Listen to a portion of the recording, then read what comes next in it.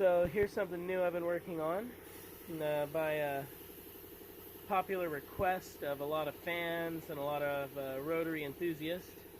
This would be my take on a RX8 4-port, which would be the automatic in the US, half-bridge Bridgeport. I've extended the exhaust port down quite a bit, going about as far as I feel comfortable. You've always got to be careful of your water jacket. You can't port these down in flat. You've got to come in on a nice ramp. You're still increasing your flow volume and your duration. It'd always be better if we could go in flat, but there's just too much water under there. It's very easy to actually break through into the water gallery, which you don't want.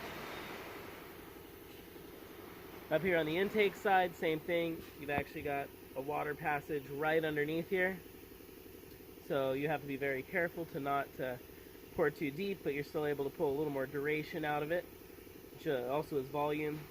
And then we've added our bridge here, which is going to open up that intake substantially sooner, increasing a little bit of the overlap and the flow volume substantially. So there you have it. RX8 half bridge, possibly available soon.